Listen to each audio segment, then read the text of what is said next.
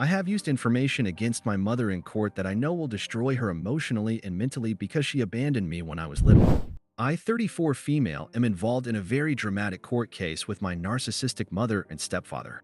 First, a little backstory. When my sister was 1 and I was 3, my mother initially had custody. However, she had gone missing for 4 days, but leaving my sister and I in the home alone.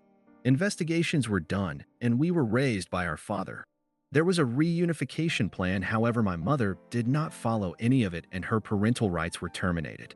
No one had ever talked negatively about my mother growing up or told me what happened, so when I was 20, I found my mom and decided to develop a relationship with her. Big mistake. After reuniting with my mother, I discovered quite a bit of information that I previously had not known. She is a narcissist diagnosed, formally specifically vulnerable narcissist. My stepfather has BPD diagnosed formally. This past decade has been torture-faked cancer. I was made to shave her hair. I had to pay them to watch my 2 children constant arguments, just too much to name. In 2022, my parents decided to move 15 hours away for a get-rich-quick scheme involving flipping homes. I decided to stay in our hometown because my youngest child's father died and I wanted to stay close to his family, plus I was already in a year-long relationship. My mother was enraged. After she had already left, she tried everything to get me to move up with him. She asked me how much money to break up with my boyfriend, got me fired from a job, wrote posts online about how mean I am, texted my oldest about me, sent me hundreds of messages each month, etc. This had been going on continuously for about a year. Earlier this year, I was served paperwork. My mother and stepfather are suing me for grandparents' rights. However, no court date was ever sent. My oldest child goes to her father's every break, and when she came back from summer break with him, she was acting very different. I found out that my mother and my child's father have been in close contact for about a year and a half. Had my daughter speak with my mother, see my mother, and recorded videos of her that my child did not know about. I have sole legal and physical custody, so needless to say, a huge argument happened, and I am now restricting any visitation. As a result of this incident, my mother and stepfather set a court date for a month from now. So here's why I ask, if am I the asshole? For court, I plan on using text messages where my mother said my stepfather is a danger to children, text messages from my daughter's father stating my mother is psychotic and he would never give our child access to her, and my mother's court records. My mother has over 140 plus charges on her record in 5 different states. My stepfather knows none of it. I'm also using the fact that her parental rights to me were terminated, so legally she has no rights to my children. My concern is that knowing she's a narcissist, when I use these documents in court, it will humiliate her and probably turn my stepfather against her. I do worry it's going to trigger a horrible reaction from my mother, possibly the worst. I wish my mother no harm. I just want to be left alone and protect my children. I've been no contact this whole time, hoping it would stop, but it hasn't. I am feeling so conflicted. Relevant comments. Opie responds to a point where she should steer clear of her mother, get a restraining order, and other legal action as possible. Opie says, "I'm glad you were cleared. Gives me hope I can get through this too. I'm staying no contact and have no intentions in ever engaging again. Which is why I also told my oldest child's father he will not see her until further notice, because he will let my mother around my child. If I can get a restraining order, I will. Just trying to get her out of my children and I's life, but with limited fallout. Looks like I can't avoid that, unfortunately." Commenter 1 says, "This is your child. I don't give 2 craps about your mom or her feelings. Also warn your lawyer, she will lie her ass off, and probably already has in the deposition. I might have missed if your dad is still in your life, and if yes, he might have some skeleton to help you. You don't want some left-wing judge saying, she made one mistake, I'm giving her visitation. You want to show how horrible she is, that she will give you a restraining order so she can't contact you or your child and limit any contact with the father of your child. If he didn't know your mom was nuts, then maybe let him start it slow again." Opie replied, "I already warned my lawyer. I asked my dad if he knew anything, and it wasn't too much more than I already knew, so I hired a private investigator, and that's how I found out a lot of the charges. Unfortunately, my child's father knew everything about my mother already and let it happen anyways. I have evidence that my mother paid my child's father in order to see my child. It's a whole mess." Commenter 2 says, "I'm wondering why you remained in contact with your mother once you discovered her issues." Opie replied, "I often ask myself the same question. I have never dealt with anyone like her before, and I never lived with her, so I didn't experience a lot of this wrath until I defied her wishes. I wasn't raised around her family, so I didn't know anyone else's experience. I also didn't know a lot of the criminal stuff until I hired a private investigator. The mental illness stuff should have scared me more, but at the time it didn't. Now that I do know everything, I can never let my kids near them again. Commenter 3 says, I'm curious why you would even care what effect this would have on her. You intend to present evidence-based facts that are entirely pertinent to a legal proceeding she started involving the care and safety of your minor child. At no point should you be considering how that information reflects on her relationships with anyone else in her life, because that is not relevant here. Opie replied, I didn't specify in my post, but I have two half-siblings from my mother that are being put in the middle of this as well. So part of me is concerned that my mother will destroy my relationships with my half-siblings who I am close to. My mother is the type of person who would attempt suicide and write a note saying that I made her do it. While I do not want my mother in my life, I do want my half-siblings. But I guess I need to just put that concern aside and maintain focus on my kids. Opie explains about her state and the grandparents' rights. Opie says, my state is a little different. They only have to prove they have had contact with my children in the last 3 years. So the time is almost up, which is why the case. My number and my kids' numbers were already changed at the start of this. Deactivated all social media profiles that identified my name. I got a job that is heavily secured and needs clearance to get in. I moved to a different city 30 minutes from where I lived.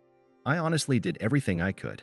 My child's father was the problem, but I had no idea he was going behind my back and keeping contact. Update. I finally have an update on my situation since I last posted about 5 months ago. Court was postponed twice by my mother for reasons I don't know. Then it was postponed for a third time due to accusations that I was an unfit mother and my daughter had suicidal ideations. My mother asked the judge to appoint a guardian ad litem to make sure the children were safe. Court was rescheduled to March 2025. The past 5 months I have been doing nothing but researching my mother. I found she has a total of 19 active warrants, including 3 probation violations. I turned everything over to my lawyer in hopes something would work. 2 days after discovery was turned over to my mother's lawyers, my lawyer called to let me know she officially dropped the case. My children and I met with the guardian ad litem. They told the judge they see no issues whatsoever. After over a year of fighting this, it's finally over. It's been such a tough battle, but I'm so happy my kids are safe and will never have to go through what I have. Thank you to everyone who wrote me personally and commented such positive things. You all have no idea how much it helped me, especially when I was having such an internal struggle. My kids are doing better than ever, and I'm grateful we pushed through. More info. To answer some comments. I have already moved several states away, changed my contact information, and have been no contact for 3.5 years. I am currently working on getting a restraining order, but have been advised by my lawyer that I may not be granted one due to lack of proof. That's frustrating, but I'm still trying anyways. My daughter and I still have had no contact with her father, and other than a very strange Darth Vader text, we haven't heard from him. He's also a couple states away from us. I also have my daughter in therapy, so I'm hoping she learns how to have better boundaries than I did. I am not going to call the different areas about her warrants. Yet, my thinking is that she won't make any big moves against me as long as they are active and I know about them. Something I can hold of her head just in case she tries something again. I know it's probably not over, but this was a huge win. Top comments. Commenter 1 says, what an incredible update. Your strength in fighting for your kids is truly inspiring.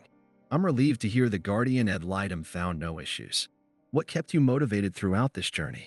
Opie replied, thank you. What kept me going was my kids and wanting to break the cycle of toxicity for them. They deserve the world. Hopefully they will have better boundaries and not find themselves in a similar situation. How did Opie's mother acquire that many warrants? Opie says, she has 30-plus aliases and has 200-plus charges in 8 different states, all financial-related crimes, identity theft, robbery, fraud, etc. She's a con artist. Commenter 2 says, please do not ever have contact with your mom and stepdad again. Also, that ex seems to be a jerk too. If your mom starts harassing you, just make sure to document video record and file a restraining order against her as BD, include your kids. That would be best. Commenter 3 says, contact all the venues for which she has warrants and tell them where she is or how they can find her. Let them take care of it from there. My father found out he has another child with another woman, and now he is forcing me to spend time with her and my niece, and I don't want that. Last year, my dad found out that he had another kid, Mia, 30 female, and a granddaughter, Zoe, 7. Before this, it was me, 17 male, my brother, 20 male, and our parents, 55 male and 52 female. Apparently, he just had a fling with Mia's mom when he was in college who ghosted him and never told him about being pregnant. Since finding out it's all my dad talks about. He and Mia texted or called for a couple of months, then she let him meet Zoe over Zoom. And then last summer they came to visit us. We live in a big city and they live a couple states over. My brother was at college, but he even drove back for a weekend to meet them too. Everyone was so excited except me. Like no one acknowledged how weird the whole thing is. Mia is nice, I guess, but she kept saying how she's so excited to have a family for her and Zoe. I guess her mom's not in the picture? My parents wanted to show them around our city, so anytime I didn't have school or practice, I was being dragged around doing things for tourists and kids. And that was the thing that got on my nerves the most about that trip, Mia's kid Zoe. She was so excited to have a Nan and Pap and kept calling me Uncle Opie. They even came to one of my soccer games that week and she ran up after in front of my friends to hug me and tell me that she wanted to play soccer now too because her uncle is the best on the team. When they visited over winter break, it was a lot of the same stuff. My parents got them a ton of presents and Zoe kept asking me questions and asking to play games with her. I also found out that my dad is sending money each month since Mia's job doesn't pay the best. I tried confiding in my brother about it, but he seems totally fine and says it's making our parents really happy to have more family. Anyway, my dad just told me they're coming up again in a couple of weeks, and I snapped. I admit that I raised my voice a bit and asked why he cares so much about people he met less than a year ago. Everyone keeps saying Mia and Zoe are family, but they didn't grow up with us, and I literally can't see them as actual family. I also said she's probably just using him for the money, which I know was probably a dick move. But he said he's the one that insisted sending money, and he feels guilty for not being there in her life. But it still feels so weird, so I told him I'm not going to do anything with them while they're here. Now he's saying that if I can't be a team player in the family, he'll have to reconsider taking me on our family vacation this year, which I guess they're also going on. My mom's on his side saying Mia had a hard life, so it's natural she's excited to have a family, and that she loves having more girls in the house every once in a while. My friends are the only ones on my side. They said they'd find it weird if random people just showed up one day to be in their family. Top comments. Commenter 1 says, "Yes, the asshole. I understand this can be a hard adjustment. You're not the baby anymore, and that can seem jarring. There's a kid in the picture when you're used to being the youngest. But here's the thing. You're still acting more like a baby than the actual 7-year-old. Like it or not, they are family. Maybe not your family if you don't consider them as such, but they're your dad's family, your mom's family, your brother's family. And by proxy, you're involved. They have done nothing wrong except act like a family. Your parents and brother have done nothing wrong by welcoming them as family. Saying Mia is using her father for money is an asshole move, and you owe them an apology. You need to self-reflect and realize why this is pressing you so bad. Talk with your parents, the school counselor, ask for therapy, anything to figure this out. Again, having conflicting emotions over this is valid, but the way you've been acting is not. Identify the problem. And note the problem isn't Mia. It isn't Zoe. It's within you." Commenter 2 says, "Yes, the asshole." And asked why he cares so much about people he met less than a year ago amidst his kid and grandkid. Of course he fucking cares. I also said she's probably just using him for the money. No need to lash out because you're having trouble with this.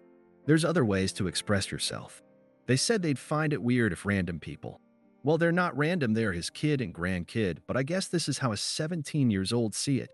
I'm sure this is a big adjustment for you, but you're 17 and playing the petulant kid ain't going to work.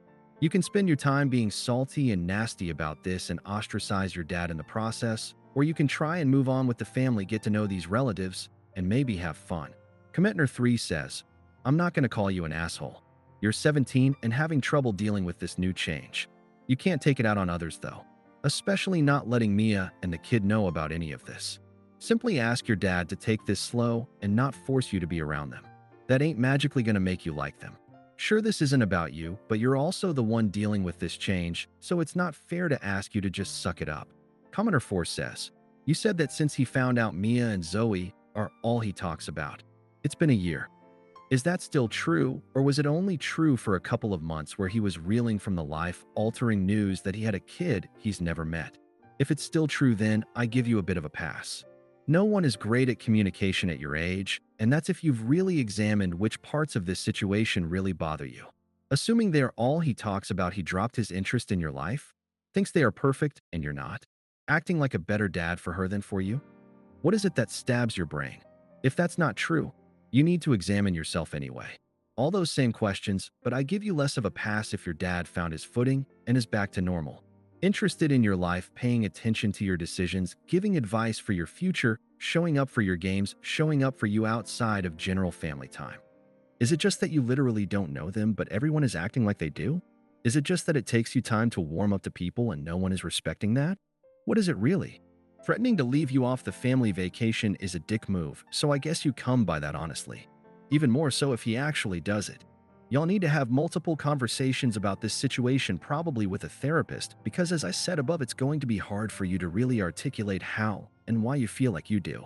If he doesn't listen to you or continues to dismiss how you feel, then he's the ass. That doesn't mean that I think he's wrong for accepting his daughter and granddaughter with an open heart. Your mom and brother aren't wrong for not finding the situation weird. They're allowed to feel how they feel. You don't get to dictate that any more than they do for you. Update. Thanks to everyone who gave me actual advice rather than just calling me a spoiled asshole about the situation with no further comment. I was actually able to think through my emotions and formulate a plan forward. I sat down with my parents on Sunday, and we had a productive conversation. I apologized for snapping last week and told them that I was just having a difficult time with the amount of changes over the year and it had built up. Through reading your comments, I realized that these feelings were probably coming from the fact that I am, as many of you guessed, the youngest on both sides of the family. There had always been a lot of emphasis on that, and with it being my senior year, I kind of expected a bit more of the spotlight than I'm getting. I also think having my brother being away at school put most of the expectations on me to be a good son or brother or uncle or host. I was feeling a little resentment that he was able to escape back to his campus while I was stuck at home. I was pinning those feelings on Mia and Zoe, which I recognize isn't fair. My parents also apologized for not checking in with me more often about how I was feeling. I asked if I could opt out of some activities when Mia and Zoe visit so I could still enjoy my spring break with friends. In compromise, I would make more of an effort to engage with them in general, like maybe playing soccer with Zoe. Ultimately, I've realized that my sister and niece aren't going anywhere, and I have to sort out my feelings about that. I do think me going to college out of state in a couple months will help give me my own space, but for now I'll try to make more of an effort to integrate them into my life. Top comments.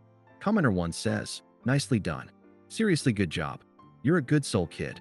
Commenter 2 says, "Opie handled the situation much better than most of the adults." Commenter 3 says, "You seem like a really sweet kid that just needed some guidance and re-regulating. The amount of self-reflection you've done is admirable. Proud of you, stranger." Commenter 4 says, "You're doing amazing.